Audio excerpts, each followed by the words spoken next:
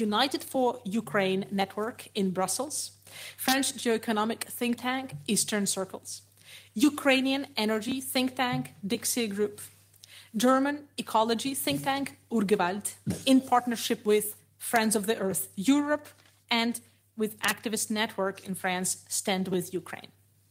I'm Anastasia Shapachkina, president of Eastern Circles, and I will moderate this discussion. We will start with opening remarks by Andrius Kubilius, member of European Parliament from Lithuania and coordinator of the United for Ukraine network.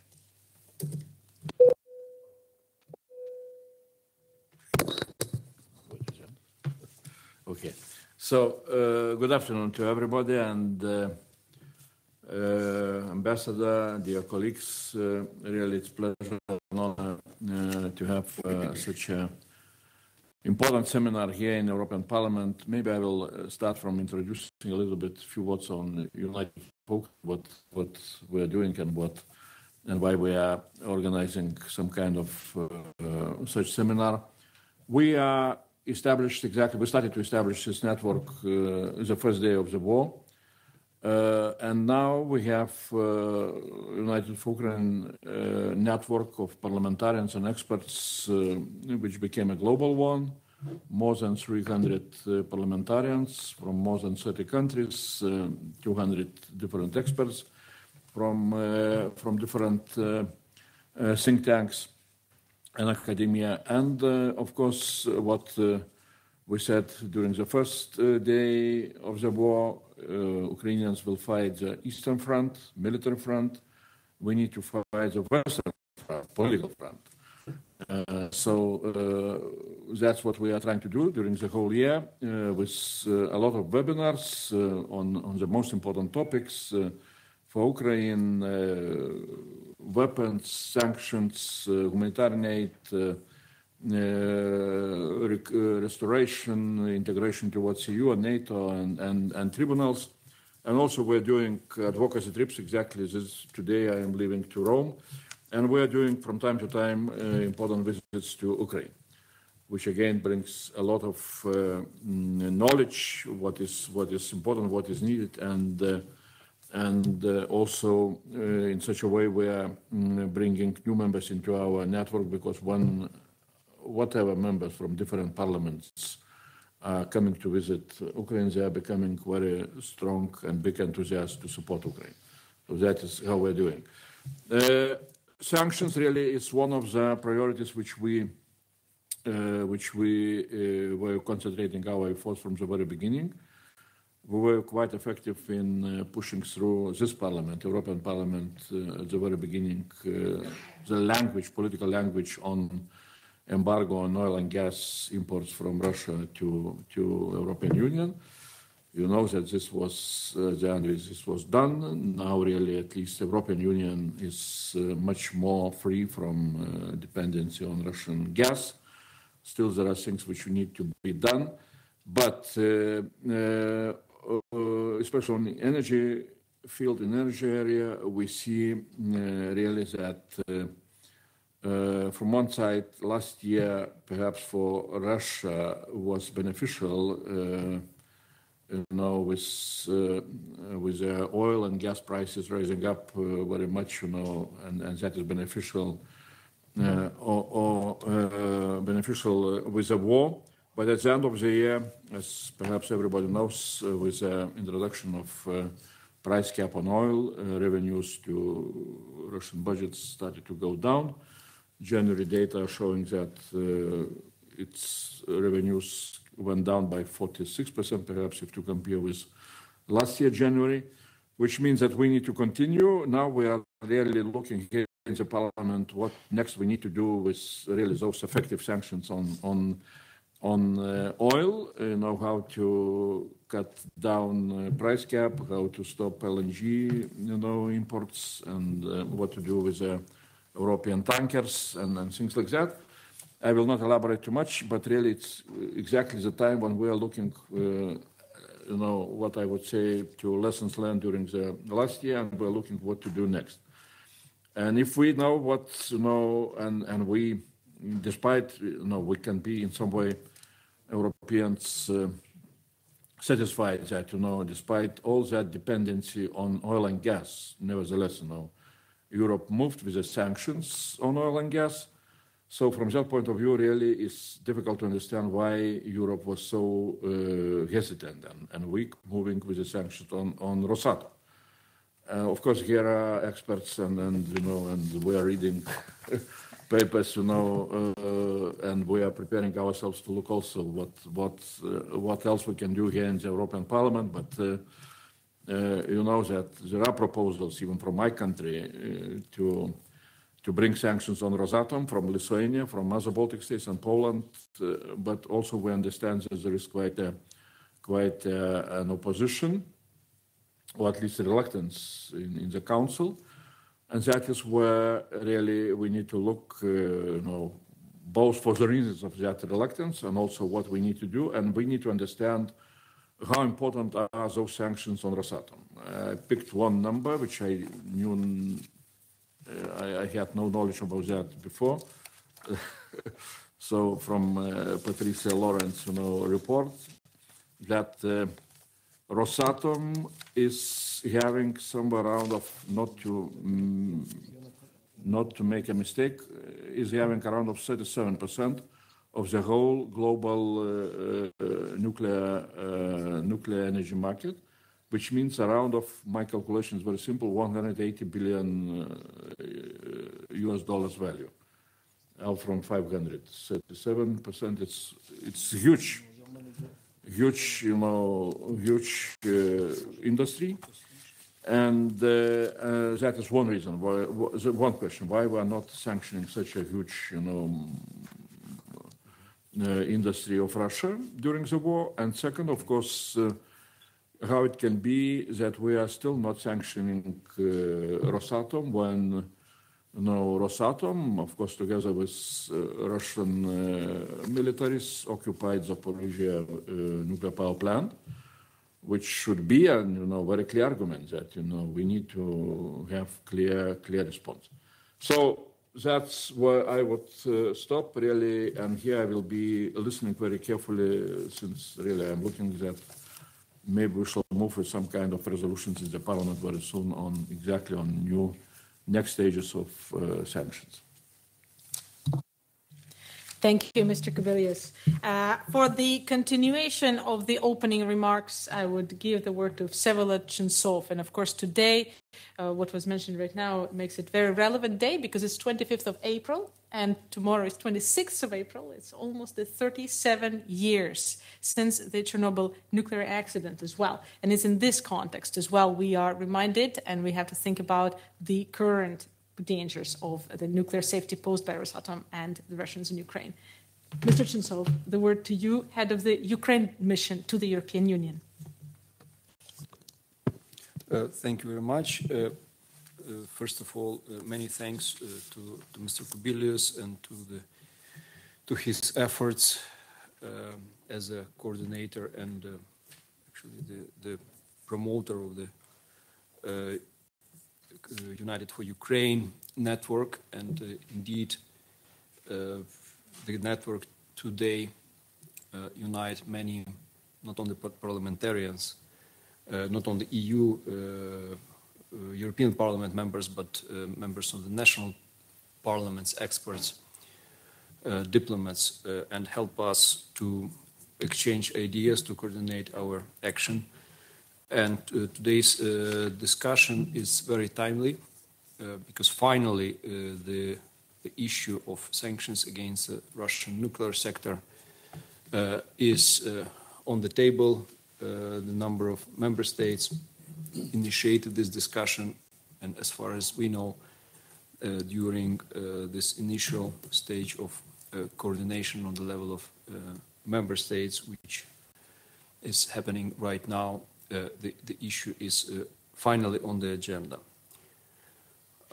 We think that it's a long overdue. We should have started this serious discussion much early for the very simple reason.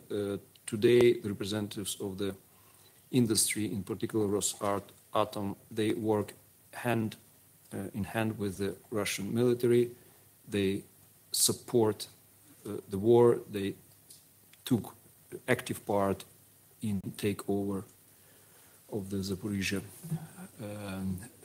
nuclear plant, and we think that it is incompatible with the role of Rosatom and other Russian companies representing this sector as a participant of cooperation, of the broader international cooperation in this field, as a supplier of services and products to the European market. And we need to make it clear that this company today poses a significant risk, significant danger to the nuclear safety and also security of supply. So we need to consider this situation from the, I think, from the several perspective, from the several angles, and probably we need to start with the security of supply problem. And Ukraine became the first, actually, first European country which managed to diversify the supply of the nuclear fuel, and it was a result of the multi-year program which was initiated in the early 2000s. And we are today the example how it is possible to find an alternative and to qualify to certify the fuel to make sure that it's safe, it's compatible, both price-wise and also from the technological point of view. In the meanwhile, the European Union and member states, they were reluctant to look into this area. As a result, member states faced very serious dependence on the Russian suppliers, and we are talking not about the fuel but also about the services and other components of the nuclear cycle. But it's not only the EU. We see this dependence on the Russian enriched uranium, for instance, which not only EU but other players face now. So today's situation is a result of negligence of this dependence, which existed for many years. And now the question is how to solve this problem, where to start. On one hand, to make sure that the EU nuclear sector is safe, and we need to. Nobody is interested in any escalation in any let's say problems connected to this to the shortage, to the lack of both material or fuel. On one hand, on the other hand, we cannot continue or freeze that type of dependence. Also, it was a kind of famous Rosatom style to provide package solutions. Ukraine was also kind of a hostage of this approach for many years when the client buy in the comprehensive sense the construction of the plant, the fuel supply contract, long-term contract, service contract, and as a result you end up in the situation that you are hooked for many years, and you cannot choose the alternative suppliers because of the model, because of the business model which Russian providers suggest. So how to stop it? I think today's discussion also should be concentrated on those issues. We are also being in touch with our friends and colleagues from both European Commission and member states, suggesting to use our experience. Also suggesting to use Ukrainian possibilities and to engage Ukrainian companies also now, in spite of the war, to see where we can substitute Rosatom and other Russian companies and make this transition more comfortable and easier for our partners. And definitely we should consider the situation also from the sanction point of view. We are talking about the personal sanctions, we are talking about the personnel which participated in those hostile takeovers and keep in control of the station, Zaporizhzhia station right now. We are talking about their superiors. Also, we are talking about the sectoral sanctions, and Russians, they deserved to be punished, to narrow their participation on the market, and to limit their access to technology, their access to financial resources in that sector too. We also need to take into account that Russians try to use this current kind of untouchable status of Rosatom, and Rosatom is trying to get involved into other sectors not connected to nuclear energy to circumvent the sanctions. So this is another area to look into. So I would once again want to thank you for setting up this meeting, for this opportunity for the expert discussion, and I think it will be helpful also for member states, for European Commission and other actors to find best solutions. Thank you very much. Thank you, Mr. Chintsov.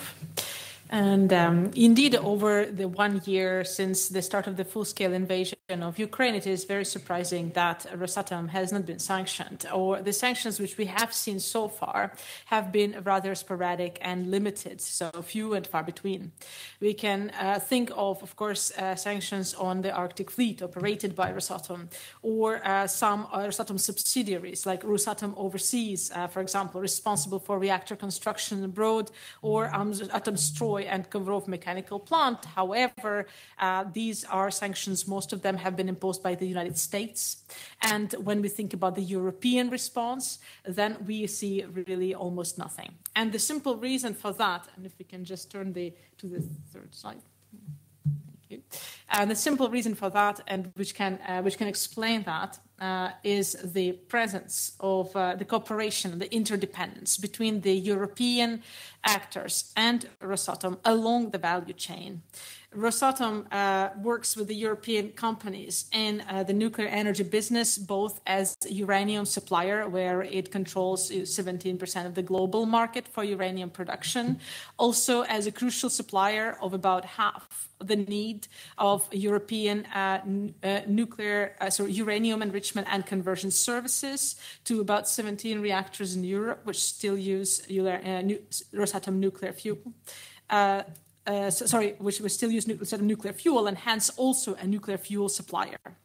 It is also a buyer and a distribution channel of important, big, expensive, and hard-to-sell pieces of equipment produced by European companies, like control command centers, for example, which we're going to elaborate later during the discussion, and a provider of use treatment services. It is important to underline that it's not just to the European actors that Rosatom provides these services, but also to the US actors.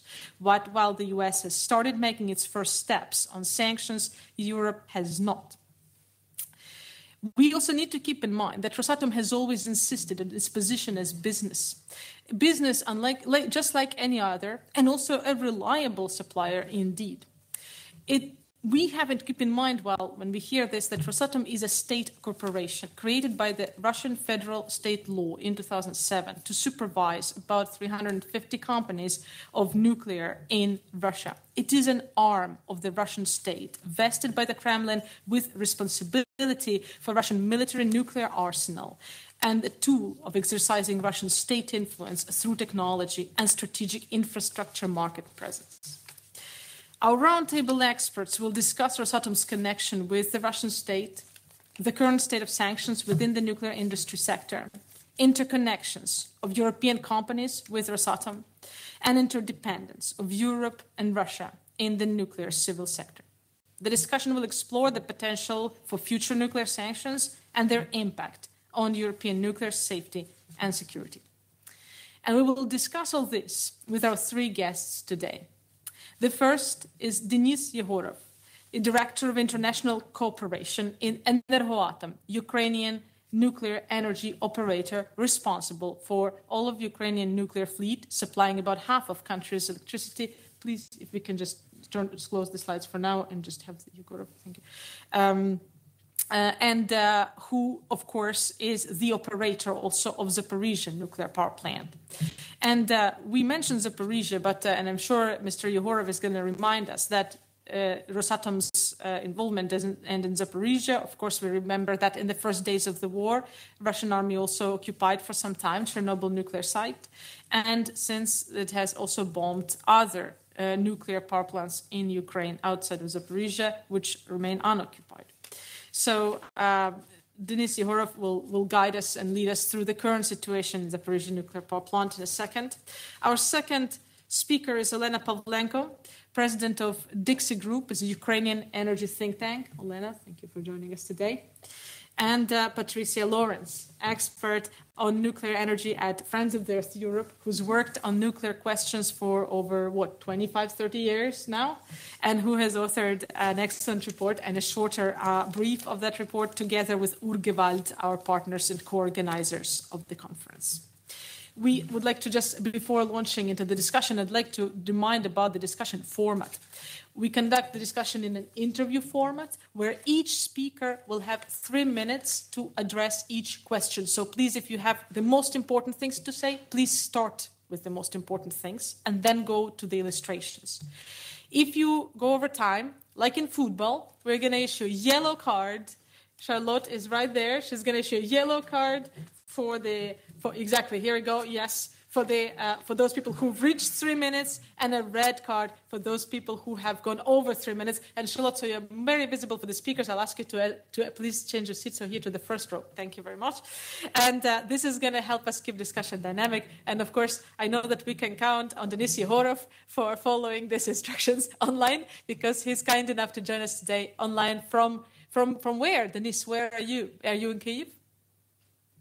Yes, Anastasia, hello. I'm speaking from Kyiv.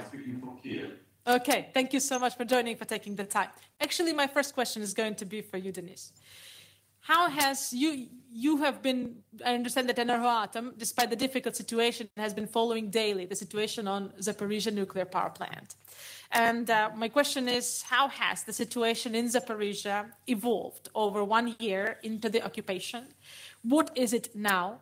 And how does Energoatom stay involved in and informed on the developments on the ground? Thank you. Thank you, Anastasia. First of all, I would like to thank everybody who initiated and organized this very important meeting. As it was said today, it's a really timely event for discussion of this very acute topic for Ukraine. for Rosatom specifically and for the whole world.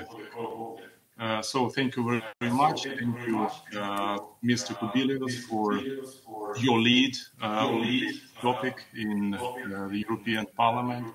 And thanks to all the European parliamentarians for keeping this issue of sanctions against Russia and Rosatom public.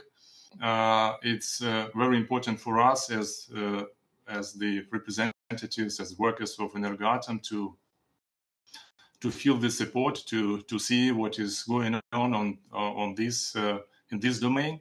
So thank you very much. Regarding the question you asked me, Anastasia, so the situation as of now is very difficult at the Zaporizhzhia NPP, as it was before, since the very beginning of its seizure by the Russian Federation. On the 21st of April, unit number 6 was transferred to a cold shutdown state after the end of the winter season, and now only the one unit number 5, is the power unit which is in a hot shutdown. But generally, all the units are in a shutdown mode. Today, the power plant does not generate electricity, as you know, and it receives power for its own needs from the Ukrainian power grid. And the only remaining power line for the moment is a general line, which is called Dniprovska line. It supplies electricity to the plant, and there also was the backup line, Ferosplavna, and it is still not in operation since the 1st of March due to the shellings by the Russian Federation, and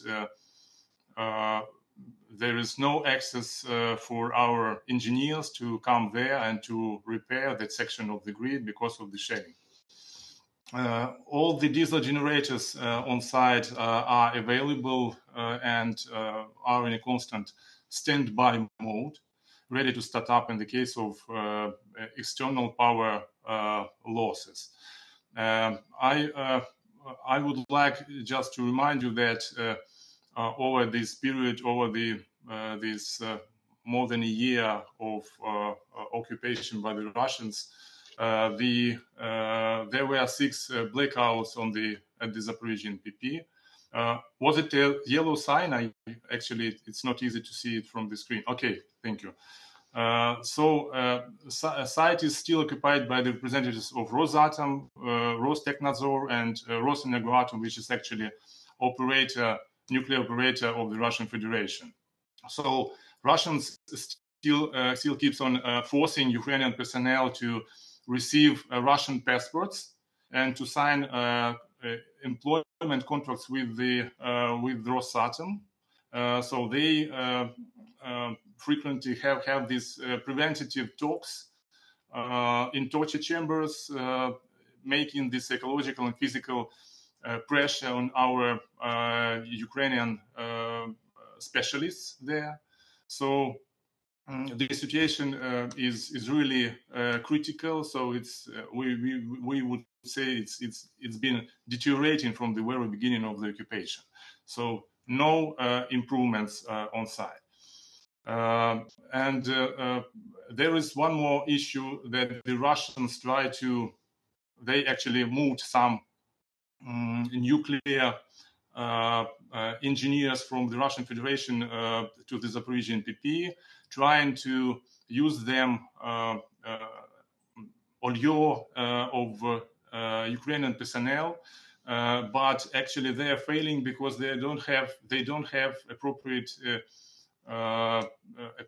qualities, appropriate licenses to operate such a complicated and modernized nuclear power plant as the Zaporizhzhia NPP.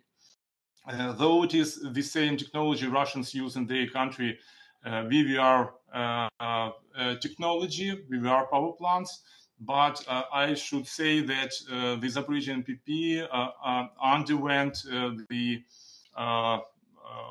comprehensive modernization and modification and it was just a requirement of the safety upgrade program we are implementing here in Ukraine, and we are using there the state-of-the-art instrumentation and control systems, which Russians do not have in their nuclear fleet.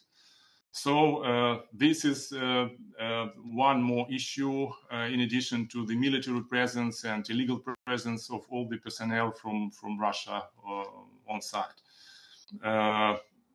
As regards the information we're getting from the site, so the sources, there are three sources I would just say. The first source is the IAEA permanent mission at the Zaporizhzhia NPP. Those experts are providing us with the daily updates. Then I think the second group of people, this is the second source of information for us. These are our personnel, pro-Ukrainian people working there and living in the town of Energodar.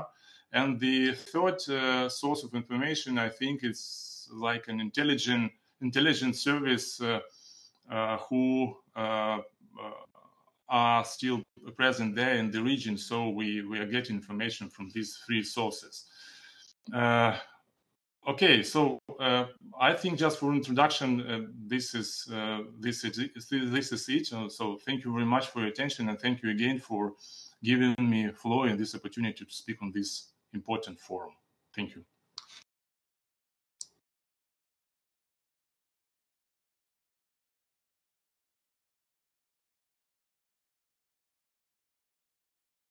Having this in mind, right, what Mr. Yehorov just outlined and what was also outlined in the opening remarks. So the torture of the employees at the Zaporizhzhia nuclear power plant, the occupation, military occupation of the plant, the pretty much Russian military running kind of or supervising the operations of the plant, so to say, the attempts to import the employees who do not understand the technology of the plant, to say nothing of course, placing of the heavy military equipment there, using the plant as a military base and shelling it from time to time. How come that, why have nuclear sanctions against Russian civilian nuclear sector been so hard to pass at the EU level? Yes, thank you for the question. Yes, as we already heard, and of course I also wrote in my report, there is of course a high dependence actually from both sides. But to see why we should name it, why mostly Hungary or Bulgaria and some hiding behind them, of course, vetoed any attempts. That's now the question, and how we could move forward. Could I have the slide? Otherwise, as we have 18 VBR nuclear power plants in the European Union. It's simply this, yes. Yeah. Is it too small? It's not invisible. So this means, of course, they were built in Soviet times. As was mentioned, it's usually packaged solutions. And also to add a little bit on the discussion that started concerning the Westinghouse fuels, which were used to replace, of course, the 12 Rosatom in Ukraine. The first were actually was the Czech nuclear power plant Kremlin, and there were technical troubles, but also Ukraine is going back and forth. But even Finland, for the smaller reactors, had already Westinghouse fuel. So it's not always clear what's really going on. But we have, of course, these countries, when you see, for example, Slovakia and Hungary, of course, 50% of their domestic electricity is produced in 440 reactors, for which there is no Western produced fuel. So for them, of course, the idea of sanctions is utterly unacceptable. And we know they flew in deliveries continuously with fresh fuel for the nuclear power plants. So I think this is a very simple explanation for this situation, why it doesn't move with the sanctions. And of course, there is other things. For example, service and maintenance of these plants was also mentioned. A dominant supplier of this is for Škoda, Jaderné strojírenství, which until the invasion of Ukraine was in Russian hands, although it was a Czechoslovak company for decades. And they managed to get this back. So this is, to a certain extent, a certain independence was reached with that.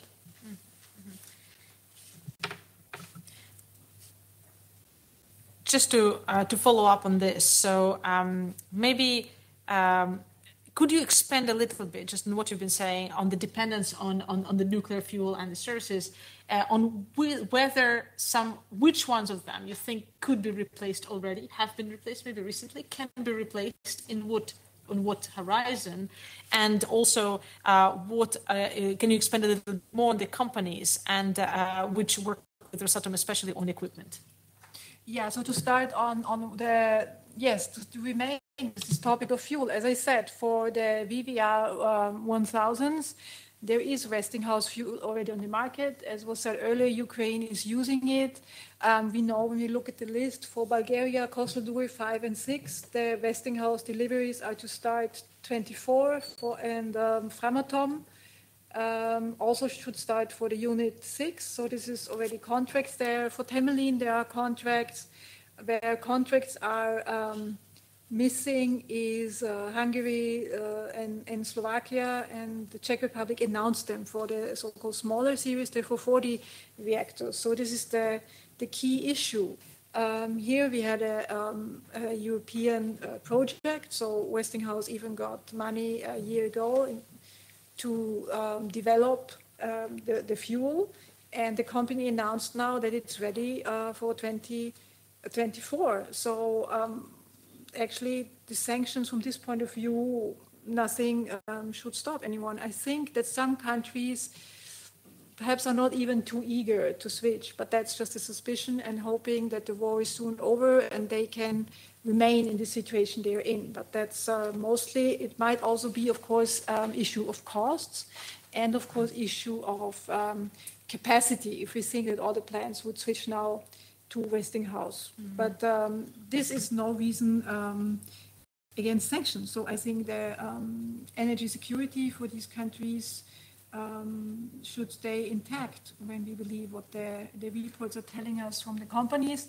For the maintenance, again, there is, of course, the Framatome, where we could start a discussion at some point if there is so close cooperation, of course, with Rosatom. Whether this is a full independence or whether Framatome would rather be the entry or remain the entry for Rosatom into the European market. Through equipment. But also fuel. I mean, we have this not really clear situation where, for example, Kozloduy, but also Temelin, they have a contract for Framatome fuel supply, but also Westinghouse fuel supply. And since Framatome has not necessarily been developing it, it's most likely not only the Rosatom fuel they might produce in Germany or somewhere else. So this would not be helpful.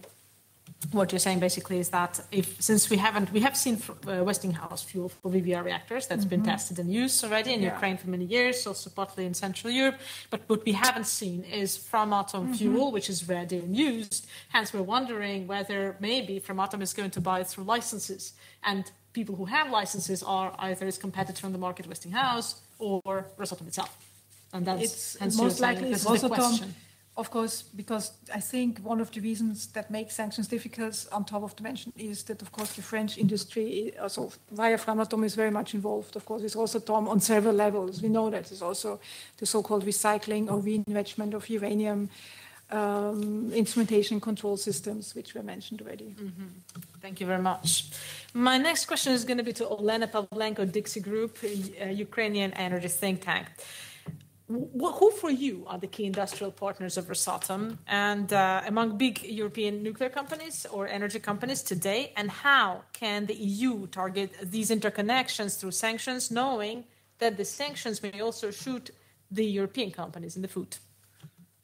Thank you. Thank you very much for the question. Let me start from the point that Rosatom, it's not a company. Rosatom is 360 companies which operate in different spheres.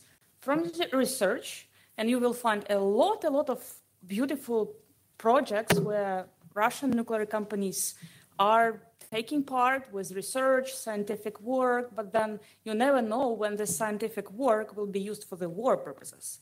Second is already existing market, and actually my colleagues already explained this. And third is so-called like building new nuclear power plants all over the world. And I have to say that Russia wants to build more than 30 new nuclear projects in the world during the next years.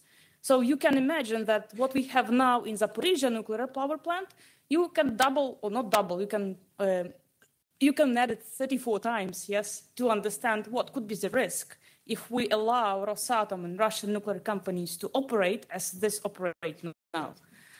Regarding your question, let's go starting from uranium enrichment. This is the most, let's say, complicated part. Maybe the next slide, please. Next slide. I have only 3 minutes. Next slide. No, the back one, sorry. No, the next slide. The next one, this one. So 38% of the market on uranium enrichment, quite a lot. Yeah, it will take some efforts to replace Rosatom with other, but it is possible to replace, first. And second, don't say that it is hard. It is hard to fight on front in Ukraine. Make a political decision to increase security on different countries in the world, because then they might suffer from Russian nuclear terrorism. It is not hard. Second is nuclear fuel supply, 17% of the market. It is possible to replace Russians there. And third, again, Russia is #1 in its plans to build new nuclear power plants in the world.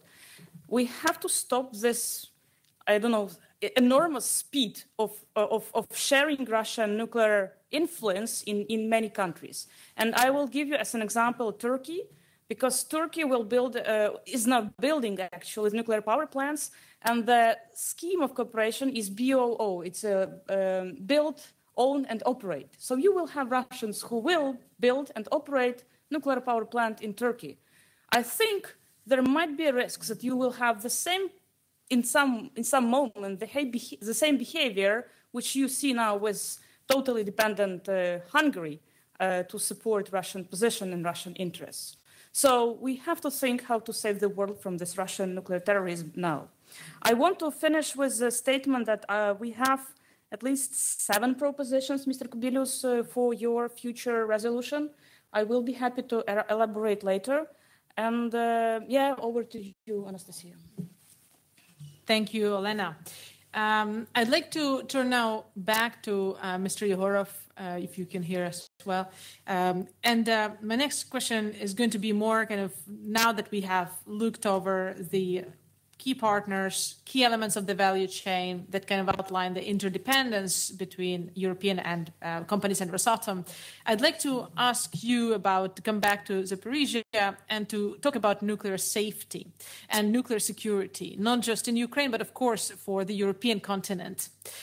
Since the International Atomic Energy Agency published its first report in last September on Zaporizhzhia nuclear power plant, we have learned that, for example, when the plant has been connected to the Ukrainian power grid with 4 power lines, all four of them have been systemically and methodically, repeatedly cut off through shelling, bombardment, and sabotage. That the Ukrainian personnel on the ground has been reconnecting the plant to the, reminding everybody, Ukrainian power system, which since the beginning of the full-scale invasion has been switched to the European system and is no longer part of the Russian power system.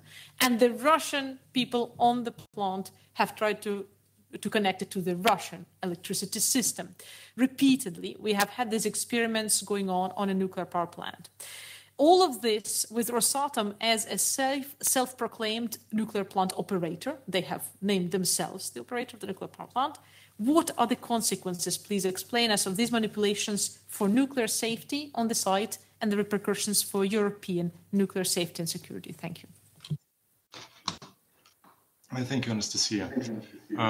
Yes, you just you're right that the danger is really huge. I mean, the danger of the Russian presence at the Zaporizhzhia NPP, and I must say that in a 40-year history of the operation of the Zaporizhzhia NPP, so there were no serious deviations from the normal operation of the power plant. And it was the reliable, safe operation by the Ukrainian operator Urgewald. And as I mentioned already, there were 6 blackouts with the complete loss of external power supply for the station. So it's just an unimaginable situation. And all the engineers, when we were facing what the situation was in the first days of the Russian occupation at the plant, they were just shocked. They would always say that we've been working at the Zaporizhzhia NPP and other nuclear power plants in Ukraine, and we would never imagine that we will be witnessing the complete loss of external power for the biggest nuclear power plant in Europe.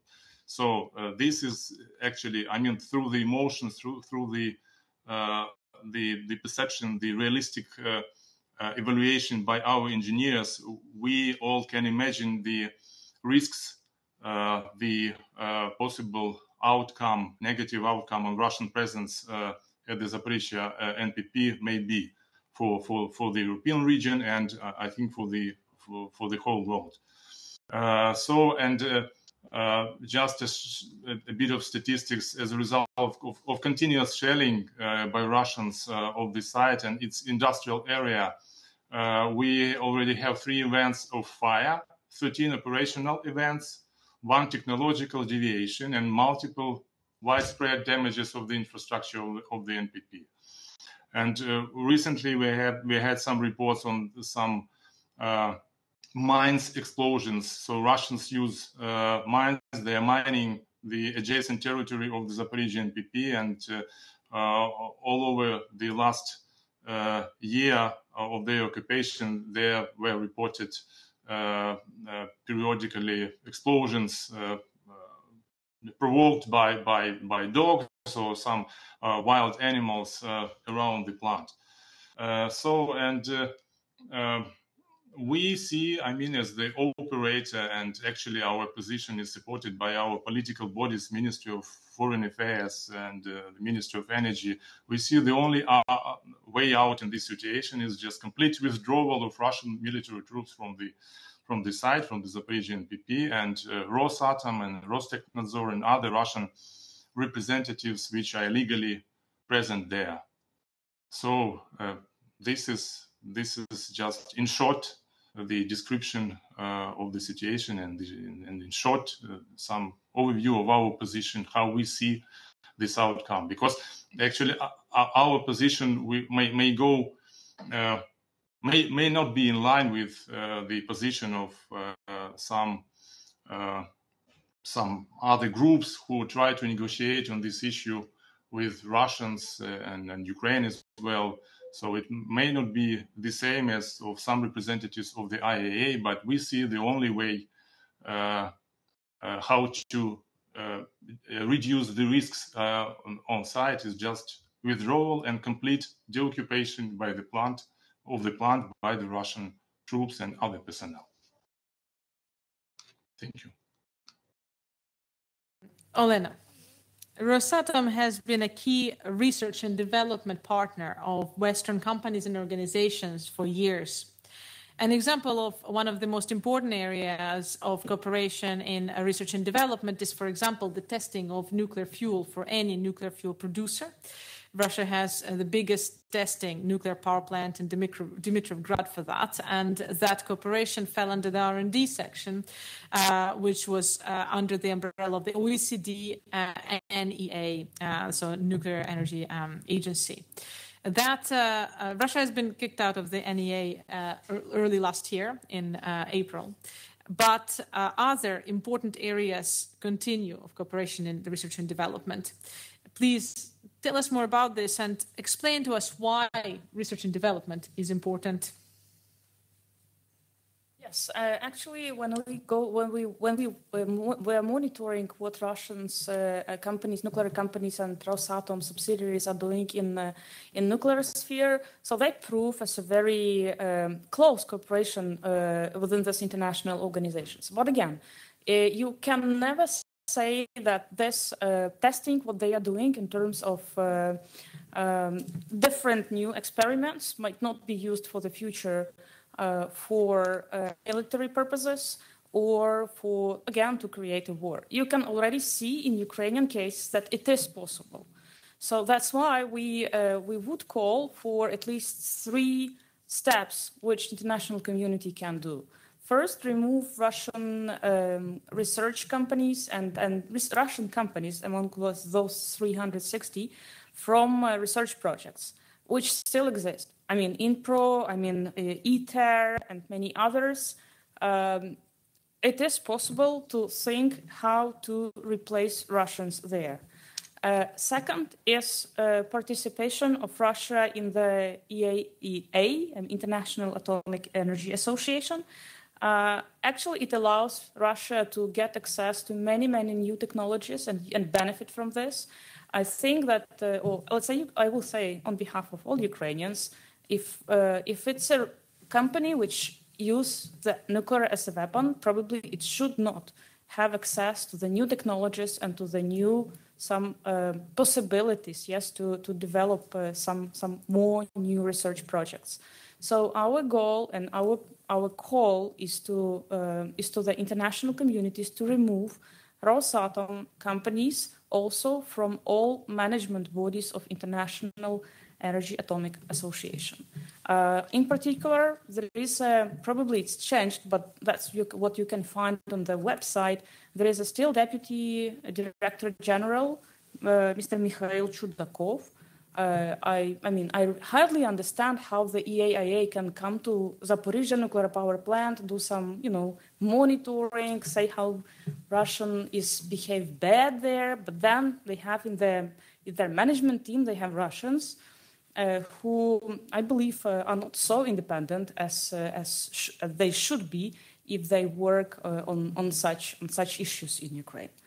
And of course, I would call to add even this research companies to the sanctions list because, and I will repeat here, you never know how they will use new technologies which the international community is developing now for their military or war purposes. Thank you. And of course, to remind what we have said already is that Rosatom is one and the same company in Russia, which is responsible for management of both military and civilian nuclear areas, and is by law responsible for the founding of Rosatom, responsible also for carrying out Russian policy abroad on nuclear weapons, and also implementing this policy, leading negotiations, and many other areas. So indeed, it is a really relevant question on double-use technologies and the possible overlapping for anything that can be used for civil use into the military use. Well, Rosatom is also #1 nuclear vendor, as we said, so building most nuclear power plants outside of its home market.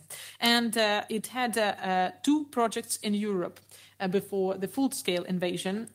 First was in Finland, Hanhikivi, a nuclear power plant, and the second in Hungary, Paks 2. And Patricia, a question is to you about Paks 2. How come that it is still ongoing? And what equipment manufacturers in Europe, even outside of Hungary, are tied in and have vested interest in the project? Yes, you mentioned Paks 2. This project is built by Rosatom since 2014. So it's the VVR 1200. And yes, Hungary believes they want to finish it. And now that we're discussing more what we would like to have on the sanctions list, I think that this dependency has to stop. So on the one side, Hungary has to understand that this project is only increasing, of course, in the end, the influence, and it will not be independent from Russian influence as long as it's continuing to build this. And there are some proposals to have sanctions against Rosatom, but have exceptions for ongoing projects, saying that, for example, for Paks 2, it should be allowed to continue cooperation until 29 or 30. I don't know, this might mean that then the plant is finished, which can be excluded because it's delayed already by many years. And I think it shouldn't be allowed because this only extends, of course, the influence. And then we are back with the companies also, of course, supporting it. And this is the Framatome Siemens joint venture, which is not only now expected to deliver the implementation and control system, somehow the brains of a reactor for Paks 2, but also it would be used for other projects, meaning that the export of nuclear reactors by Russia, which always has been seen as foreign policy, used to extend geopolitical influence, can be stopped if European companies, meaning Rosatom and Siemens, would stop delivering these key systems. Because these projects that we had on the list, which Rosatom is talking about, they need these systems to be installed in their plants, because they also have it in their own plants, so they cannot replace this easily. But how can, and this is a question both to Elena and to Patricia, since most of Rosatom new nuclear power plant projects are outside of Europe, how can the European politicians and European sanctions target these projects? And should Europeans even bother about them? From Turkey to Bangladesh. Yeah, of course. I mean, to bother is we see what happens. I mean, Turkey is already a difficult situation. An extension is not acceptable. And I think since there is, as we see, over 1,000 sanctions already against Russian industry, it would support them. If Rosatom and Siemens don't stop the export of it, it doesn't make sense to have these sanctions in this field. Yeah. Yes, I can only continue what Patricia said, that there are very particular European companies which supply, I like this word, brains, yes, to Rosatom nuclear power plants. And Siemens, Rosatom, US Systems, they all help Rosatom to build these nuclear power plants abroad. When I read some statements, news from Kazakhstan, when they were discussing their plans to build nuclear power plant, they said that, okay, we will assess different options who will build us this new NPP, but we will definitely pay attention to the safety and all this, you know, how modern this nuclear power plant is. So if all European companies who now supply these brains to NPPs will refuse to work with Rosatom abroad, I believe it will not be able to compete with others. And I would even say that for those companies which are competing with Rosatom and are going to build nuclear power plants for the future, it will be a possibility to negotiate with the governments and say that, okay, we will replace Rosatom, don't build with them, look at others. It's also a good possibility to do the business. But I believe that not all European companies will agree on such scenario. It's easier probably to have Rosatom as a long-term partner and just, you know, continue doing business as usual. In this case, it is really important to have a political will on all European level. And I would again mention how happened with Siemens, yes, which still didn't provide equipment to the Hungarian nuclear power plants. The same could be done with many other European companies. And if there is a European decision at the all European level that, for example, French companies should also supply some equipment and elements for the new nuclear power plants in South Africa, for example, Rosatom will left alone. They will not be able to do this. That's a good possibility to stop this future potential nuclear terrorism. And on the other hand, it demands a really good political will and good negotiations among all EU members. Not to create a competition among them, but have a really one unique voice from European side. Thank you. Thank you, Elena. Mr. Yehorov, the question to you. I'd like to finish this discussion with a more international take and thinking about the role of the International Atomic Energy Agency. You mentioned already you have been in daily contact with them, and that's how Rosatom also gets their information. But how do you assess the role of the agency since the occupation of Zaporizhzhia and the impact of its involvement in this unprecedented situation of using civilian nuclear power plant for military purposes? What can the IAEA do, and why do Russian representatives, in your opinion, keep occupying leading positions in the IAEA management? Thank you, Anastasia. Yes, it's a really important question we have all to think about. I mean, if we speak generally about the mission, permanent mission of the IAEA on site at the Zaporizhzhia nuclear power plant, so I think we wouldn't say that it helps to resolve the situation so much, given our strict position that only the full demilitarization and deoccupation of the plant by Russians will improve the situation. But if we speak about, for example, the legal aspect of their presence on site, so I think it's really good we have those experts there. And moreover, Mr. Grossi from time to time just mentions in his statements that the Zaporizhzhia nuclear power plant is the Ukrainian plant. It's very important because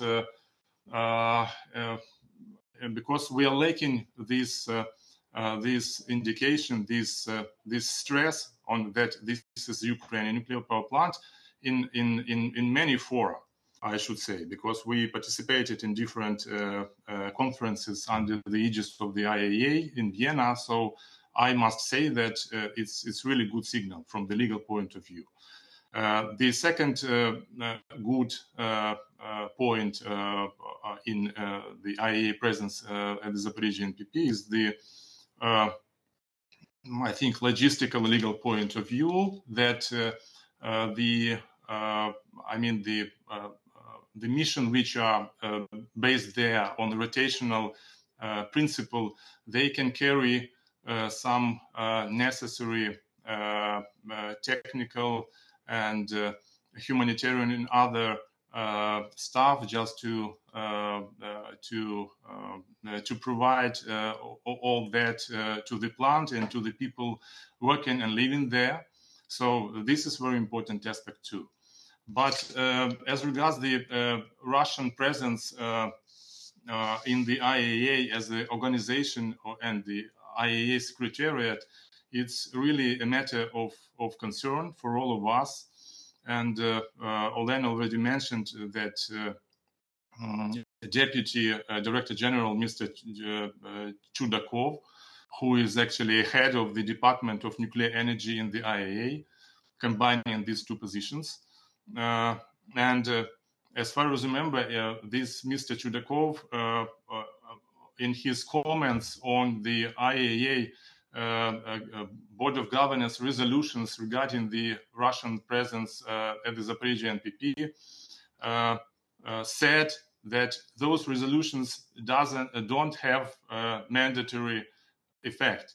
So this is again the element of Russia propaganda already in action in such a reputable international organization as the IAEA.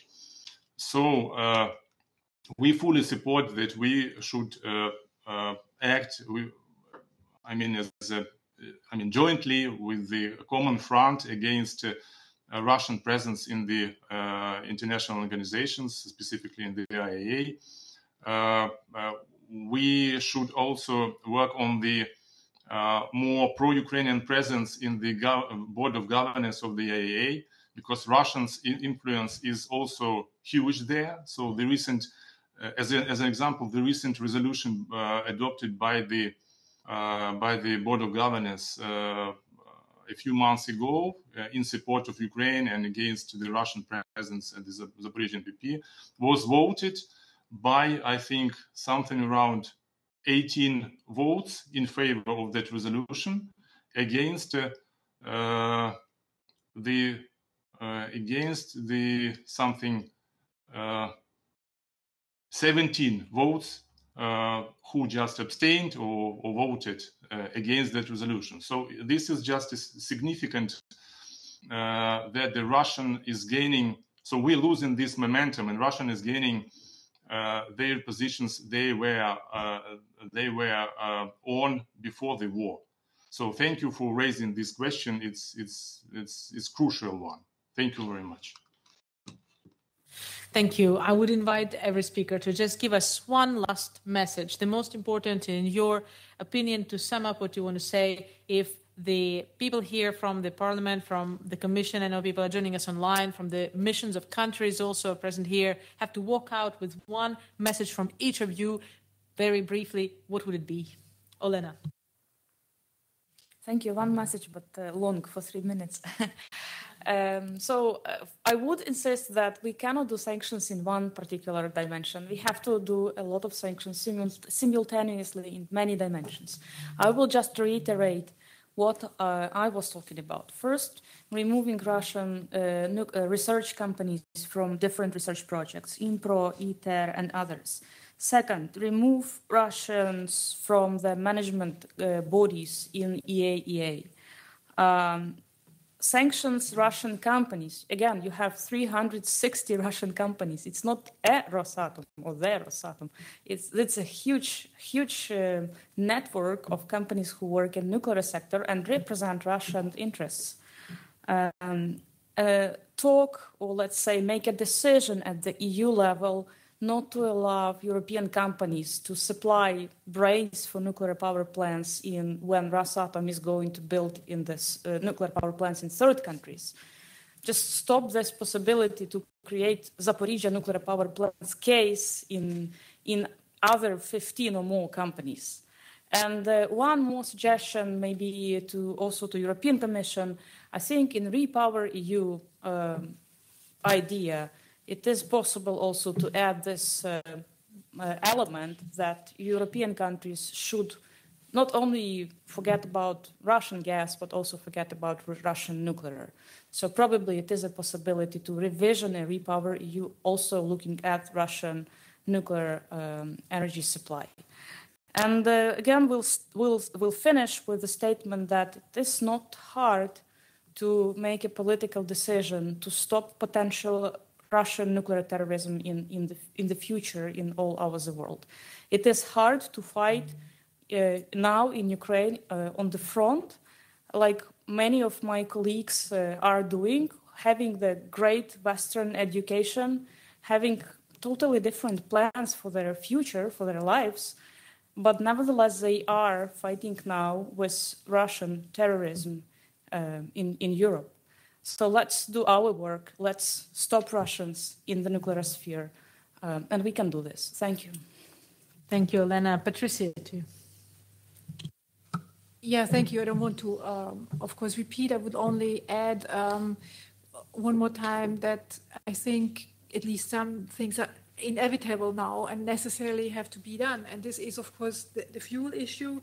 As we said, for example, Westinghouse and Rosatom said they can deliver fuel for those plants in 24, 25. So the ban of import from 12 Rosatom is absolutely possible. And I think it's necessary to have this on the EU level, because to expect those countries to do it just like this, I don't think it will come. Mainly if we think that, for example, there were friendly reminders from Euratom Supply Agency already years ago. They said diversification is necessary, but instead the contracts with 12 were extended. So it's necessary that the EU works on this. And also a little reminder that the back doors, which could be open via Framatome for Rosatom, they also have to be closed. Not to mention, of course, instrumentation control systems that are absolutely key, because only stopping the export will, at least for a long time, disable Rosatom from extending its influence in other countries. Thank you, Patricia. And Mr. Ihorov, to you the last word, please, your message.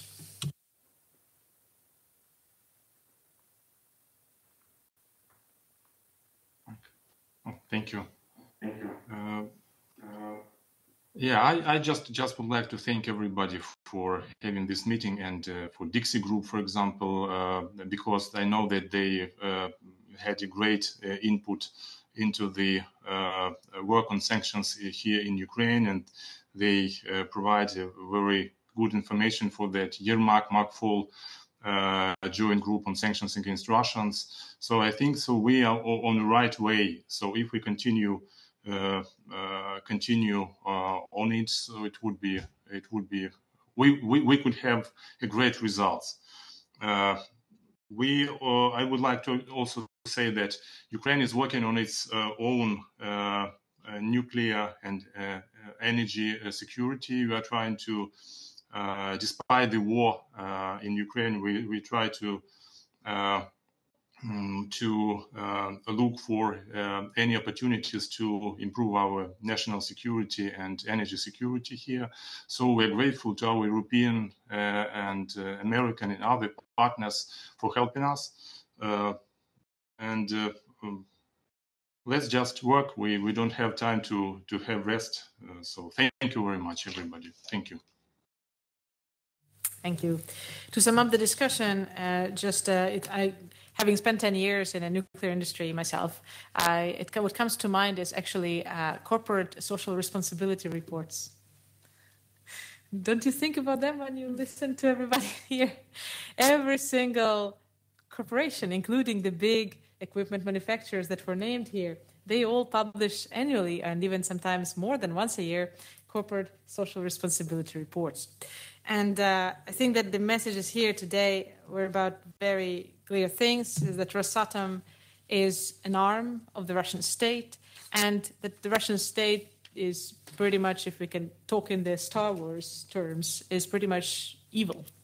And the Rosatom thus is really participating in sponsoring and in actually executing the war directly, especially at Zaporizhzhia nuclear power plant. The comparison, of course, and the implications for nuclear safety and also nuclear security, security of supply, energy security of Europe are immense. And we can only think about Gazprom, which, if I may remind you, had also positioned itself as a very reliable supplier of gas for many, many years until it unilaterally discontinued the supply of natural gas without any sanctions, by the way, on behalf of the European Union. And then we saw two pipelines explode for no reason.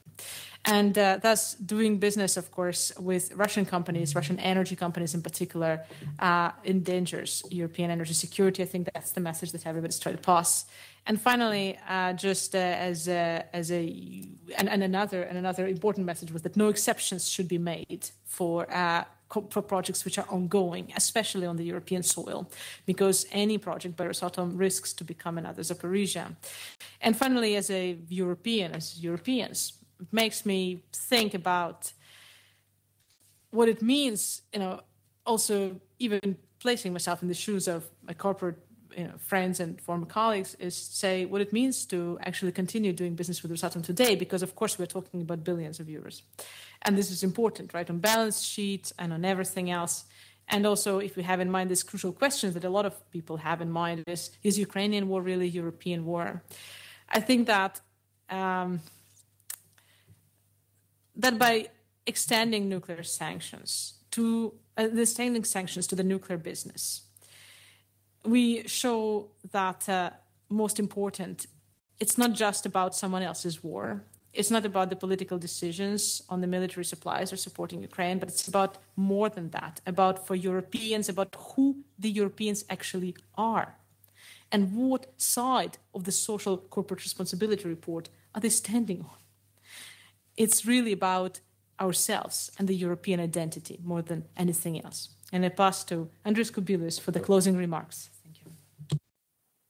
Well, thanks a lot. Really, discussion was very important, very interesting, and bringing a lot of new arguments for us, for politicians, to do our job.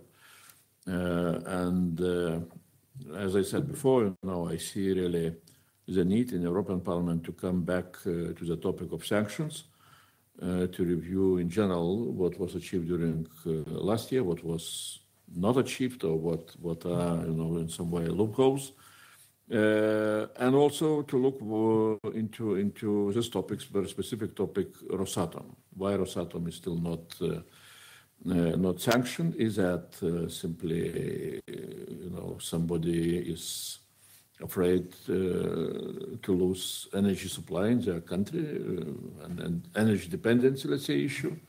Or is that, some big European companies are so powerful in lobbying, because of their relationship with Rosatom? That should be answered in a very clear way. And I would say what maybe it would be good for us to have